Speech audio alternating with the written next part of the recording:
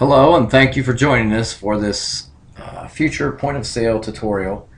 As we've stated many times, we think it is important that our managers be able to use the tools and platforms that we have in place here at Eagle Sticks to find information and to be able to use that information, drill it down, and see where we can improve and how we can increase our profitability.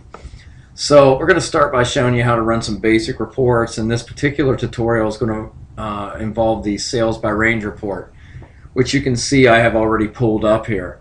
But before we do, I want to start out by saying when you get onto the back office, you will see at the top a number of tabs. You see favorites, dashboards, maintenances, reports, and this particular tutorial revolves around the sales by range reports, which obviously runs or falls under the reports tab. Now there's a number of reports here that you can see that are available, but in this particular case we've already pulled up the sales by range report, which is actually right behind this window that we're looking at.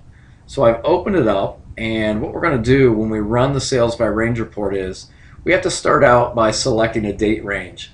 Now it's important to note that when you run a sales by range report, you can select it for a particular day or for a particular date range. So you could run it for the whole month of January, you could run it for a week, or you could run it for a day. And in this case, we are actually going to select a particular day.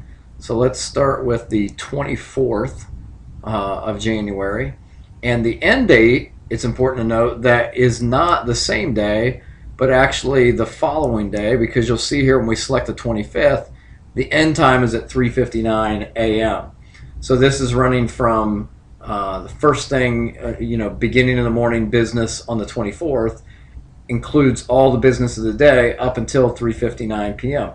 Now you could set this for any time period that you want. You could set it for an hour, you could set it for 6 hours, but more than likely you're going to set it either for a 24-hour period, or you're going to set it for a, let's say a month or a particular week. So we've selected the date range, and in most cases we're going to skip over these items here. We're going to look down here, and then you're going to ask yourself, well, what am I looking for here? Am I looking for all of the business of the day? Am I looking for the restaurant itself? And as you become more familiar with future point of sale, you'll see that we have 5 terminals here. Actually 1, 2, 3, 4, 5, 6, including the server. So what you're going to do is we're going to run it for the restaurant here, which is all the terminals except the golf shop. So we're going to hit select all, and then we're going to unselect the golf shop. So when we do run this report, it's going to include all the sales for the selected date period for all the terminals except for terminal number 5, which is the golf shop. So we're going to go down here and we're going to hit run report. Now the computer will do some thinking, and it is going to spit out a report for you. So this report is printable. It can be saved to a thumb drive or to a file if needed. But as you go down through here, you'll see different items, different departments. You've got your banquet food, your banquet liquor, your banquet off-site sales, etc. One of the items that you would look for on this sales by range report, and it went very fast there, I apologize, is going to be what your total sales are for the day, and you're going to find that about midway down the report. So I'm going to go up above the media totals, almost there,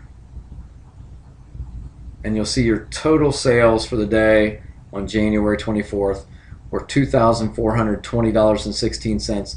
That was for the restaurant only. It did not include all the golf shop sales. Another number that you would look for on this report, if you were reconciling the sales for the day in order to do a bank deposit, would be the adjusted cash. So here's your adjusted cash number. Apologize again. 177.26. So there are a number of items on this report. You can practice running them. There's a lot of things you can find out here, including the media totals, the tips, and the different sales by department. So always a good report to know how to run. I recommend that you practice getting in there, running the report for a day, a week, and even a month. and even a year if you'd like. But you will find that the longer the date range that you're running it for, the longer the report will take to be generated. So that is a quick tutorial on how to create a sales by range report. Thank you very much, and we'll look forward to the next tutorial.